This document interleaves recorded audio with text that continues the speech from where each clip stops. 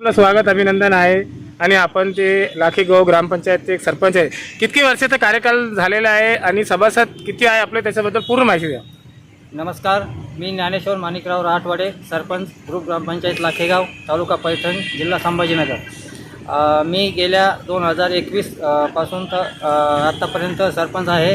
आमचे गावची लोकसंख्या साधारणतः 1200पर्यंत आहे.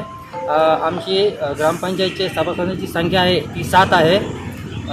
आणि आमच्या गावामध्ये आत्तापर्यंत शासनातर्फे भरपूर अशा म्हणजे चांगल्या प्रकारची कामं झाली आहे.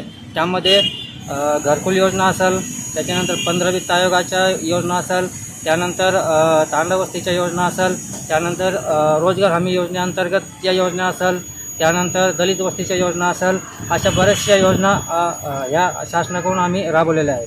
सर, आपल्या गावात शाळे किती आहे आणि धर्मस्थळे किती आहे? आमच्या गावामध्ये धार्मिक स्थळाचं जे एक मारुती मंदिर आहे, एक महादेव मंदिर आहे आणि एक मुस्लिम समाजासाठी मस्जिद आहे. सर, आणखीन काय मोठे काम राहिलेले आहे का गावात?